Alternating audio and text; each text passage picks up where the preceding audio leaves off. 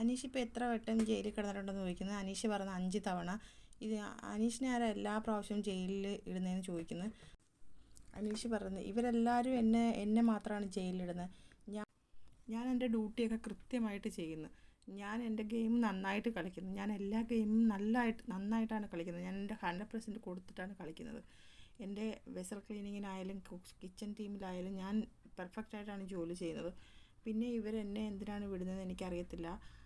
ഇവരൊക്കെ രാത്രിയിൽ എഴുന്നേറ്റ് ഭക്ഷണം ഉണ്ടാക്കി കഴിക്കുന്ന, വഴക്കുണ്ടാക്കുന്നു, ഇതിലൊന്നും ഞാൻ ഇടപെടുന്നില്ല. ഞാൻ കൃത്യമായ ടൈമിൽ കിടക്കുന്നു, ഞാൻ കൃത്യമായ ടൈമിൽ രാവിലെ എഴുന്നേൽക്കുന്നു, എൻ്റെ ഡ്യൂട്ടികൾ കൃത്യമായി ചെയ്യുന്നു. എന്നിട്ട് എന്നെ എന്തിനാണ് ജയിലിടുന്നത് എനിക്കറിയത്തില്ലെന്ന് പറയുന്നത്.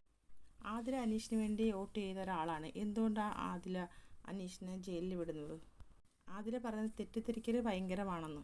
പുള്ളിക്ക് അറിയാത്ത കാര്യങ്ങളാണെങ്കിലും കുറച്ച് തന്നെ ആണെങ്കിലും അത് വേറൊരു സ്റ്റോറിയാക്കി പറയും. തെറ്റിദ്ധരിപ്പിക്കുന്ന രീതിയിലാണ് അനീഷേട്ടൻ സംസാരിക്കുന്നത്. നിങ്ങൾ ജയിലിൽ പോയപ്പം ഫ്രണ്ട്സ് ആയതല്ലേ? അപ്പോൾ ആതിര പറഞ്ഞു ഞങ്ങൾ അല്ലെങ്കിൽ ഫ്രണ്ട്സാണ്. ഷൗട്ട് ചെയ്ത് സംസാരിക്കുന്നതിൽ എനിക്ക് ഇതില്ല ലാലേട്ടാ. സംസാരിക്കുകയാണെങ്കിൽ നമ്മൾ ഒന്നിച്ചിരുന്ന് സംസാരിച്ച് തീർക്കണമെന്ന് ആതിര പറയുന്നത്. സാവുമോൻ എന്തിനാണ് അനീഷിനെ വോട്ട് ചെയ്തതെന്ന് ചോദിക്കുമ്പം പറയുന്നത് അത് ഒരു പ്രശ്നം ഉണ്ടാകുമ്പം ഭയങ്കര ഒച്ചത്തിൽ സംസാരിക്കുന്ന ലാലേട്ടാ, അതുകൊണ്ടാണെന്ന് പറയുന്നത്. പിന്നെ അനിമോൾക്ക് എന്താണ് കൊടുത്തത്? ഇപ്പോൾ അനിമോൾ നന്മമരം കാണിക്കുന്നത് പറയുന്നത്. പെട്ടെന്നൊരു ദിവസം കിച്ചൺ ടീമിൽ നിന്ന് ഞാനിനി കുക്ക് ചെയ്യത്തില്ലെന്ന് പറഞ്ഞ് പോയെന്ന് പറയുന്നു.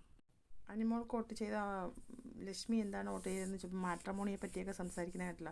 അത് മാട്രിമോണി സൈറ്റ് അല്ല എന്ന് പറയുമായിരുന്നു ലാലേട്ട അനിമോളോട്. അനിമോളുടെ നല്ല സൈഡുകൾ കാണിക്കാൻ വേണ്ടി മാത്രമാണ് ക്യാമറകൾ അനിമോൾ യൂസ് ചെയ്യുന്നതെന്ന് എനിക്ക് തോന്നിയെന്നൊക്കെ പറയുന്ന ലക്ഷ്മി. ഞാനിങ്ങനെയാണ്, എൻ്റെ നാട്ടിലിങ്ങനെയാണ്, ഞാൻ നല്ല കാര്യങ്ങൾ ചെയ്ത് ഇത്രയും പ്രശ്നങ്ങൾ ഉണ്ടാക്കി പൊട്ടിത്തെറിക്കാനുള്ള കാരണമായിട്ട് പിന്നെ ഇടയ്ക്കിടയ്ക്ക് പോയി ഒറ്റയ്ക്കിരിക്കുന്നത്, മിണ്ടാതിരിക്കുന്നത്, അതൊക്കെ തന്നെയാണ് ലാലേട്ടാന്ന് പറയുന്നത്. എന്തെങ്കിലും ഒരു കാര്യം ചെയ്യണമെങ്കിൽ ഡയറക്റ്റ് പറഞ്ഞാൽ മതി. ഇത് മാട്രിമോണി സൈറ്റിലെന്ന് പറയേണ്ട കാരണം അതാണ് ലക്ഷ്മി പറയുന്നു. നമുക്ക് എന്താണെന്ന് വെച്ചാൽ ഇനി ഈ റെക്കോർഡ് ബ്രേക്ക് ചെയ്യാൻ പറ്റാത്ത അനീഷിന് നമ്മളൊരു സമ്മാനം കൊടുക്കുകയാണ്. ഗാർഡൻ ഏരിയയിൽ ജയിലിൻ്റെ അടുത്തേക്ക് വരാൻ പറയുന്നു. എല്ലാവരും ജയിലിൻ്റെ അടുത്തേക്ക് പോവുകയാണ്.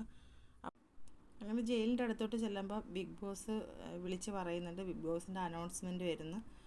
റെക്കോർഡ് ഭേദിച്ച അനീഷാണ് ഇത് ഉദ്ഘാടനം ചെയ്യേണ്ടതെന്ന് പറയുന്നു.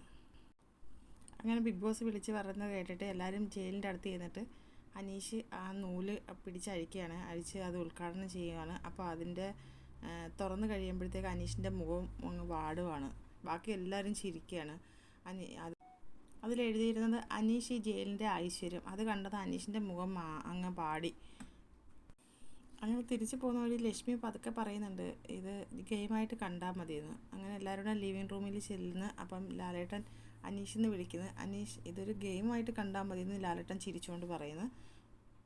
ഇതൊരു തമാശയായി കാണണം. ഇതൊരു വലിയ കാര്യമാണ്. ഇതുവരെ ഇങ്ങനൊരു സംഭവം ഉണ്ടായിട്ടില്ല. അതുകൊണ്ട് ഇതൊരു ഫണ്ണായിട്ട് എടുക്കണം അനീഷെന്ന് ലാലേട്ടൻ നല്ല സ്നേഹത്തോടെ പറയുന്നു. അതിനുശേഷമാണ് അനീഷിൻ്റെ മുഖത്ത് ആ ചിരി വന്നത്. അപ്പോൾ ഞാൻ അടുത്തൊരു വീഡിയോ ആയിട്ട് വരാം. എല്ലാവരും എൻ്റെ ചാനൽ സബ്സ്ക്രൈബ് ചെയ്യണേ, സപ്പോർട്ട് ചെയ്യണേ.